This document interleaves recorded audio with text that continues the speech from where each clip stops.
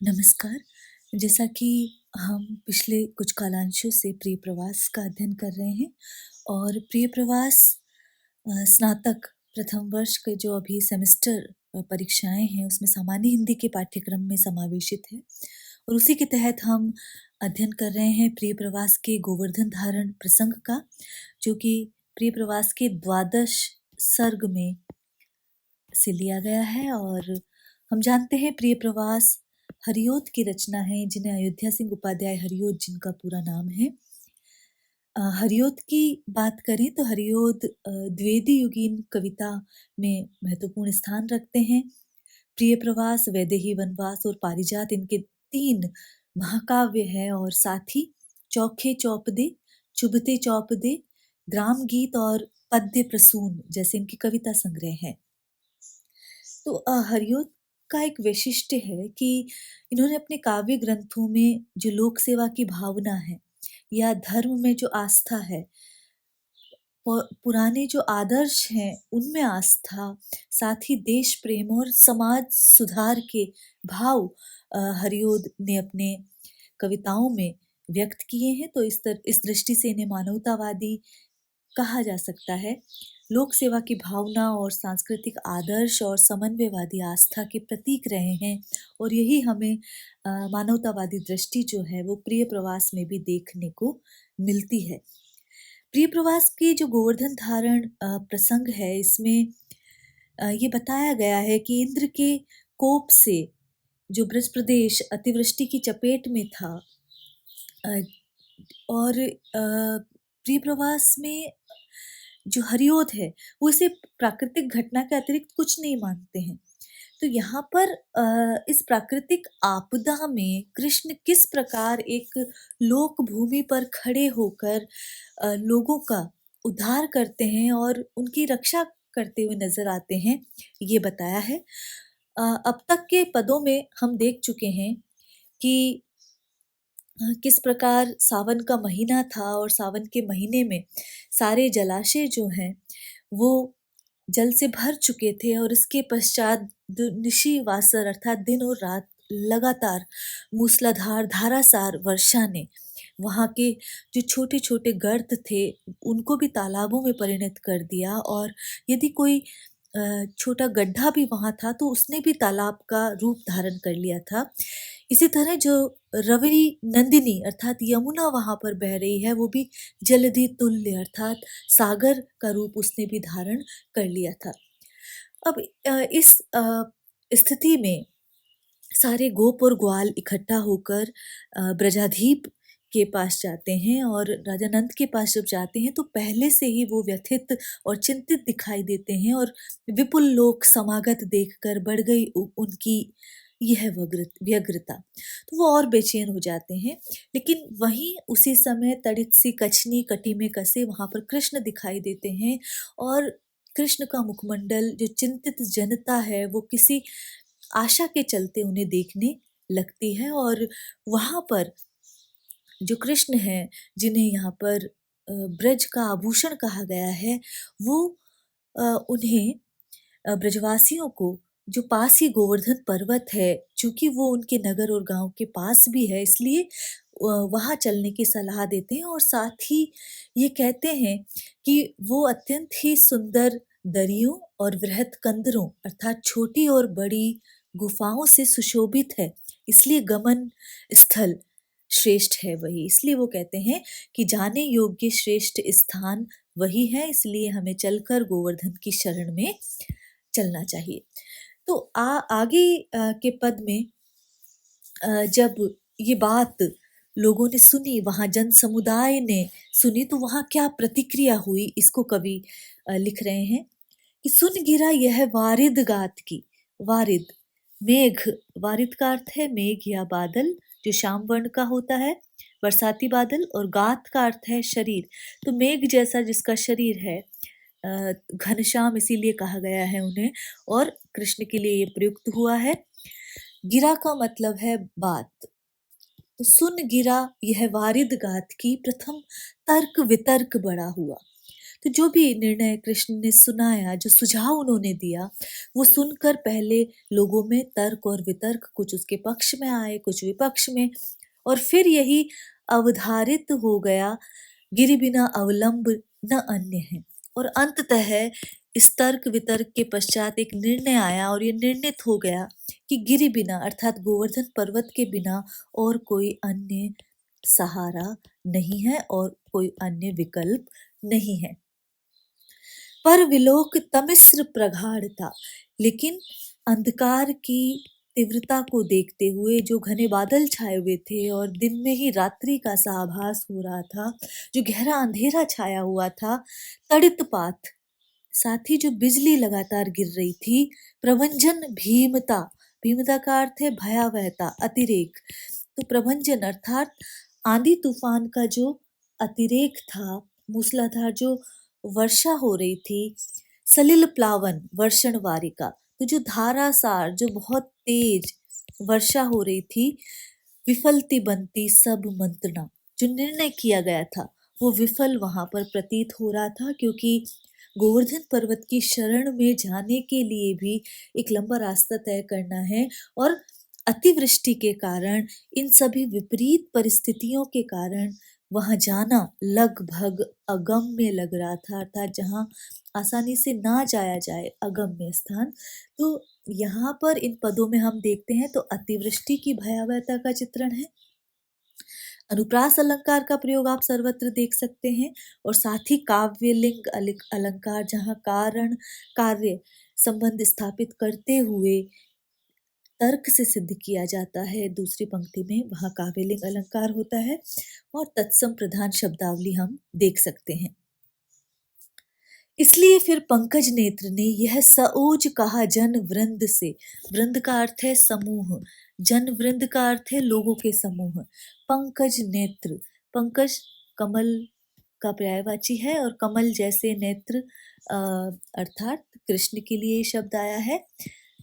इसलिए फिर पंकज नेत्र ने यह सओज कहा जन वृंद से, लोगों के समूह से ओज पूर्वक, उनमें आशा जगाते हुए, ओज के भाव से, आशान्वित भाव से, कमल नेत्र, कमल जैसे नेत्रों वाले कमल नयन अर्थात कृष्ण ने कहा, रह अचेष्टित जीवन त्याग से मरण है अति चारु सचेष्ट हो, कि बिना कर्म किए गए जीवन जीने से अच्छा अति चारु सचेष्ट हो, अर्थात प्रयास करते हुए मरना अत्यंत श्रेष्ठ है, अति चारु श्रेष्ठ है, रुचिकर है, कि विपत्ति आने पर आत्मरक्षा का कोई उपाय ही नहीं किया जाए और अचेष्टित अर्थात निराश रहते हुए जीवन को त्याग दिया जाए, उससे तो श्रेष्ठ यह है कि सचेष्ट रहने और निरंतर प्रयासरत रहते हुए भी यदि मृत्यु का वरण करना पड़े तो वह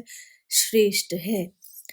विपद संकुल विश्व प्रपंच है, कृष्ण आगे कहते हैं कि ये सारा जो संसार है वो बहुत सारी विपत्तियों का संकुल है, घिरा हुआ है विपत्तियों से, यहाँ कुछ भी आसान नहीं है, बहु छिपा भवितव्य रहस्य है, और भविष्य में क्या होने वाला है या नियति क्या है, ये तो एक रहस्य है, इसे कोई भी नहीं जान सकता।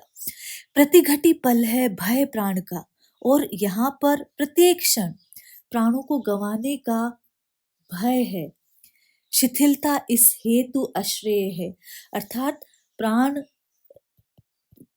रक्षार्थ चिंतन में शिथिल हो जाना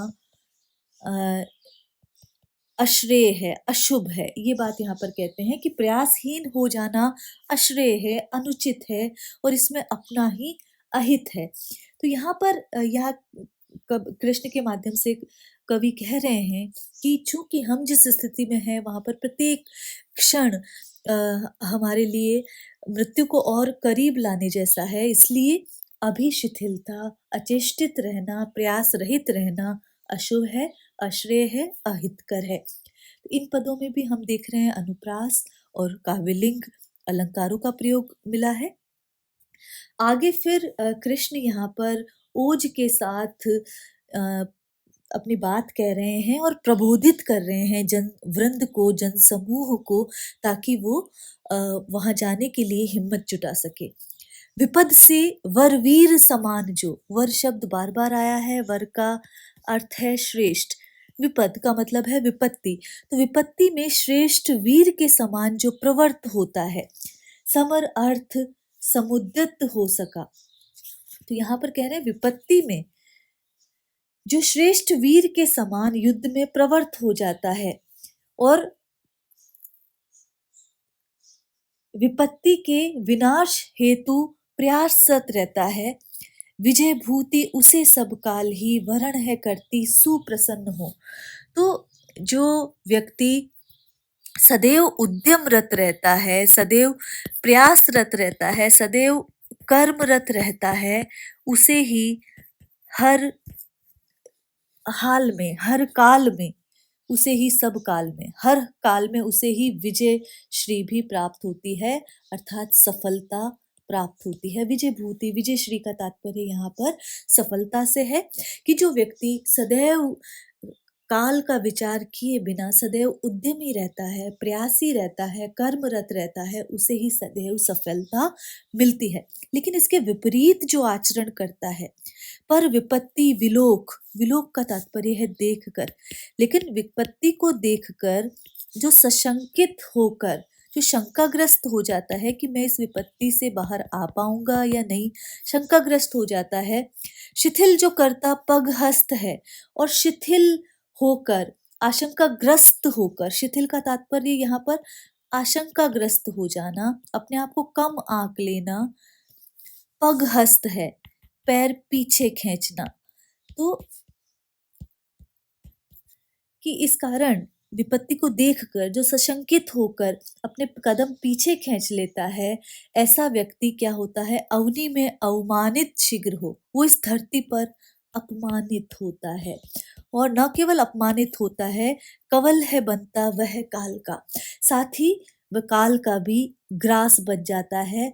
आशय यह है कि विपत्ति का साहस न करने वाला व्यक्ति अपमानित होकर मृत्यु को प्राप्त हो जाता है। तो यहाँ पर यदि हम देखें तो अनुप्रास और रूपक और काव्यलिंग अलंकारों का प्रयोग है, और तत्सम प्रधान शब्दावली का हम प्रयोग देख सकते हैं।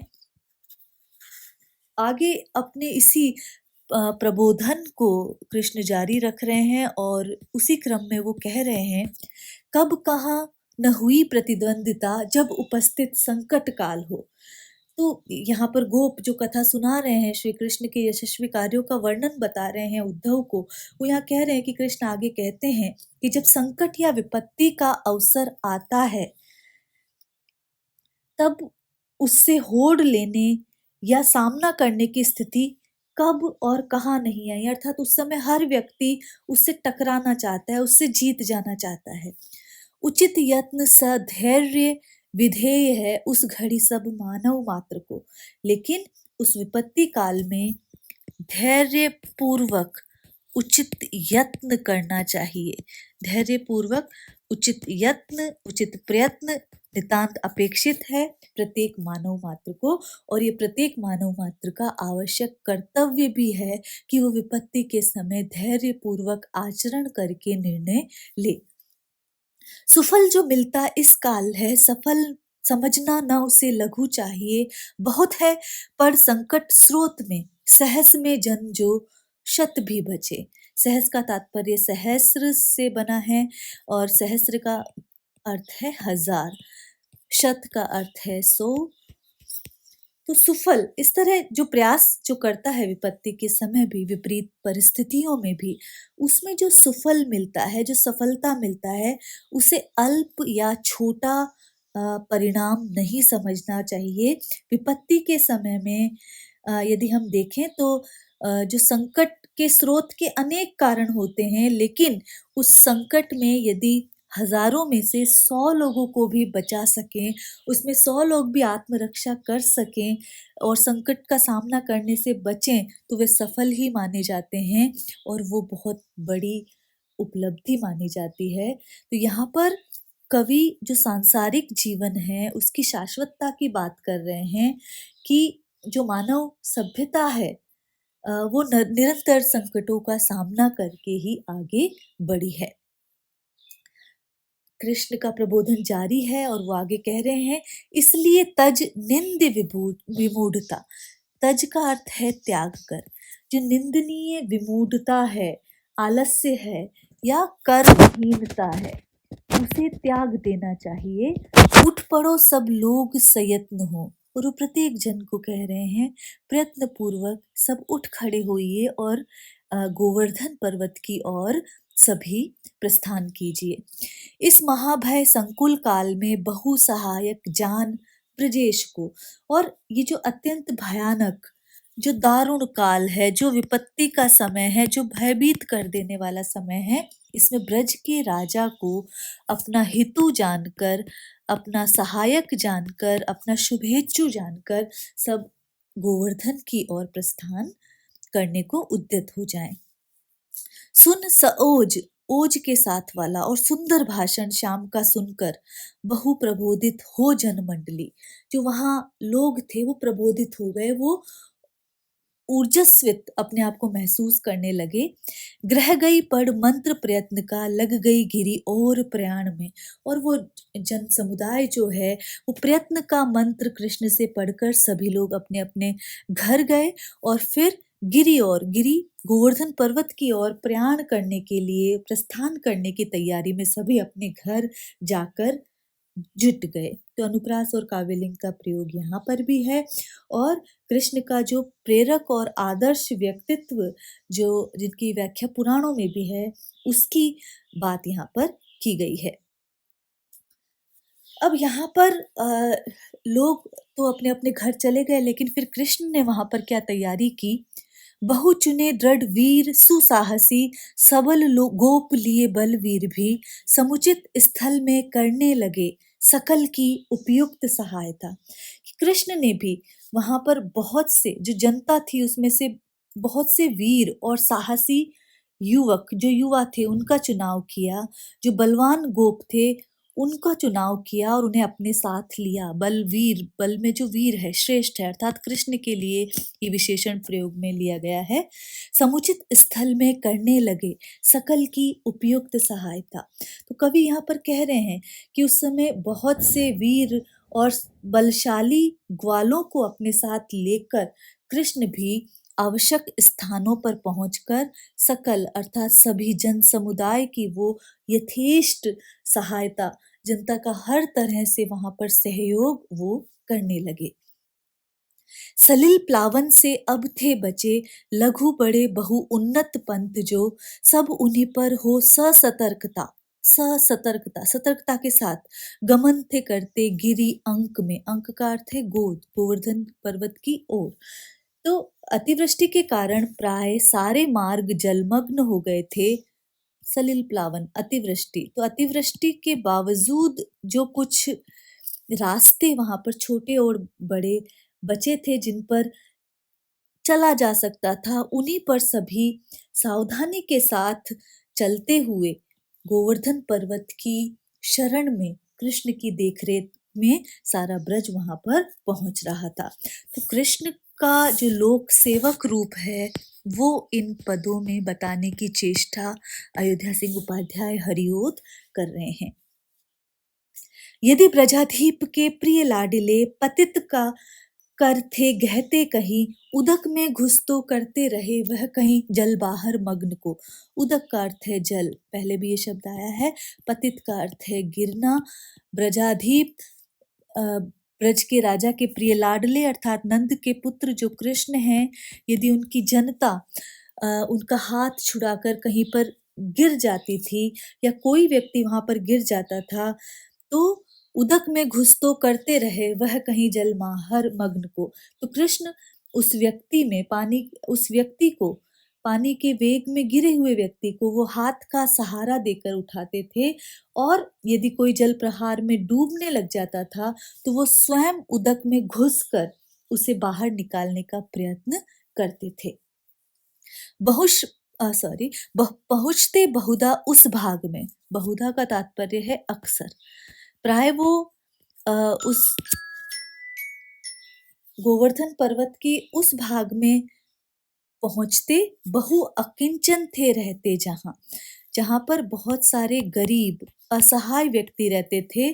कर सभी सुविधा सब भांति की, वह उन्हें रखते गिरी अंक में। वो उन असहाय बेसहारा लोगों को भी सभी प्रकार की सहायता देकर, सब सुविधाएं उपलब्ध कराकर वे गिरी अंक गोवर्धन की शरण में उन्हें भी रखते थे। परम वृद्ध असंबल लोक को, दुखमयी विधवा रुजग्रस्त को बन सहायक थे पहुंचा रहे, गिरी सुगह्वर में कर यत्न वे। अब वो कैसे कैसे असहाय जन की वहां मदद कर रहे थे, जो परम वृद्ध, बहुत बूढ़े हो, असंबल, जो असहाय हो, बेसहारा हो, दुखमयी विधवा, जो दुखियारी हो, जो विधवा हो, जो रुजग्रस्त, जो रोगी हो, ऐसे सभी असंबल जनों को वो सहायता पहुंचा रहे थे। और सहायता पहुंचाकर वो पर्वत की सुंदर गुफा में प्रयत्न पूर्वक उन्हें पहुंचा रहे थे। और इस प्रकार वो सभी असंबल जन के, सभी जन समुदाय की कृष्ण वहां पर मदद कर रहे थे। यदि दिखा पड़ती जनता कही, कुपथ में पड़ के दुख भोगती, पथ प्रदर्शन थे करते उसे, तुरत तो उस ठोर ब्रजेंद्र जा। यदि उन्हें लगता कि जनता किसी गलत रास्ते पर पहुंच गई है और वो गलत रास्ते पे चलकर दुख भोग रही है, तो वो तुरंत ही उस स्थान पर जाकर, ब्रज के जो इंद्र हैं, राजा हैं, यहाँ पे कृष्ण की बात है, तो कृष्ण तुरंत ही उस स्थान पर जाते और उनका मार्ग प्रशस्त करते, उनकी सहायता करते। अब बातें इतनी आसान नहीं थी, क्योंकि लगातार वर्षा हो रही थी, साथ ही असिद्धता अर्थात कालिमा थी वहां पर, तड़ितपात, बिजली गिर रही थी, प्रभंजन की भीमता थी। तो बहुत सारी चीजें एक साथ थी। जैसे जटिल था, पथ की तम गाढ़ता, जटिल था, पथ था, पथरीला रास्ता था, मार्ग जटिल था। तम गाढ़ता, तो जटिलता पथ की, और तम गाढ़ता, अंधकार का आधिक्य वहां पर था। उदकपात, साथ ही पानी निरंतर गिर रहा था, अर्थात बारिश हो रही थी। प्रभंजन भीमता, और साथ ही आंधी तूफान भी भयंकर रूप से चल रहा था। मिलित थी सब साथ अतः घटी, दुखमयी घटना प्रति पंथ में। अब ये चारों स्थितियां एक साथ मिली हुई थी, एक साथ हो रही थी, इसलिए कुछ घटनाएं जो चिंता प्रदान करने वाली थी, दुख प्रदान करने वाली थी, वो प्रत्येक रास्ते में घटित हो रही थी। पर सुसाहस से, सुप्रबंध से, ब्रज विभूषण के जन एक भी तन न त्याग सका, जल मग्न हो मर सका गिर के न गिरेंद्र से। लेकिन कृष्ण इतने साहसी थे, उनका प्रबंध जो है, प्रबंधन वो इतना श्रेष्ठ था, जो उन्होंने श्रेष्ठ गोपों के माध्यम से किया था, उसके माध्यम से जो ब्रजवासी थे, जो कृष्ण के प्रिय थे, वो एक भी व्यक्ति उदक में गिर के या उस रास्ते की दुरूहता के कारण कोई भी व्यक्ति मृत्यु का प्राप्त नहीं हुआ, न वो कोई भी व्यक्ति जलमग्न हुआ। अर्थात इतनी बड़ी विपत्ति थी, इतनी बड़ी विनाश लीला थी, लेकिन कोई भी व्यक्ति काल कवलित नहीं हुआ, न कोई पानी में डूबकर ही गिरा, और न ही कोई ब्रजवासी अन्य घटना से प्राणों का उसके अंत हुआ। तो यहाँ पर एक नवीन उद्भावना है। गोवर्धन पर्वत को धारण करना नहीं दिखाया है, लेकिन उसकी कंदराओं में, उसकी गुफाओं में शरण लेने की बात कवि यहाँ पर कह रहे हैं। तो ये एक नवीन और मौलिक उद्भावना है। साथ ही कृष्ण का साहसी और प्रबंधक रूप जो है वो सामने आया है। फलद संबल लोचन के लिए क्षण प्रभा अतिरिक्त न अन्य था, तदपि साधन में प्रति कार्य के सफलता ब्रजवल्लभ को मिली। आंखों के लिए फलदायी स्थिति क्या थी? जो क्षण प्रभा, एक क्षण के लिए जिसकी चमक उत्पन्न होती है, अर्थात बिजली। तो बिजली की जो कौंद चमकती है, उतने में ही कोई दृश्य वहां पर दिखाई दे सकता था, बाकी सर्वत्र अंधकार ही अंधकार था। तो ऐसी विपरीत स्थिति में भी तदपि साधन में प्रति कार्य के सफलता ब्रज वल्लभ को मिली। ब्रज के जो वल्लभ है, वल्लभ का अर्थ है प्रिय, अर्थात कृष्ण को प्रत्येक कार्य में सफलता मिली। हालांकि वहाँ विपरीत परिस्थितियां थी, वहाँ अंधकार छाया हुआ था और बिजली की जो चौंक थी, कौंद थी, वो जितनी देर के लिए चमकती है उतना ही वहां पर दृश्य दिखाई दे सकता था। परम सिक्त हुआ वपु वस्त्र था, गिर रहा शिर ऊपर वारी था। कृष्ण ने जो शरीर पर वस्त्र धारण किए हुए थे वो बहुत अधिक भीग गए थे। गिर रहा शिर ऊपर वारी था। कृष्ण लगातार उस वातावरण में काम कर रहे हैं जहां पर उनके सर पर बहुत तेज वर्षा गिर रही है। लग रहा अति उग्र समीर था, जो कि प्रभंजन का समय है, आंधी तूफान चल रहा है, तो हवा के थपेड़े कृष्ण को लग रहे थे, पर विराम न था ब्रज बंधु को। लेकिन जो ब्रज का सहायक है कृष्ण, उनको एक क्षण के लिए भी विराम या चैन वहां पर नहीं था। वो हर क्षण के लिए जनता को सहयोग करने के लिए तत्पर थे, उन्होंने जरा भी विश्राम नहीं किया। तो ये हमने कृष्ण के समाज सेवी रूप को यहाँ पर देखा, कुछ पदों का अध्ययन किया। अगले कालांश में हम शेष बचे पदों का अध्ययन कर इस कविता को यहाँ पर विराम देंगे। आज के लिए इतना ही। नमस्कार।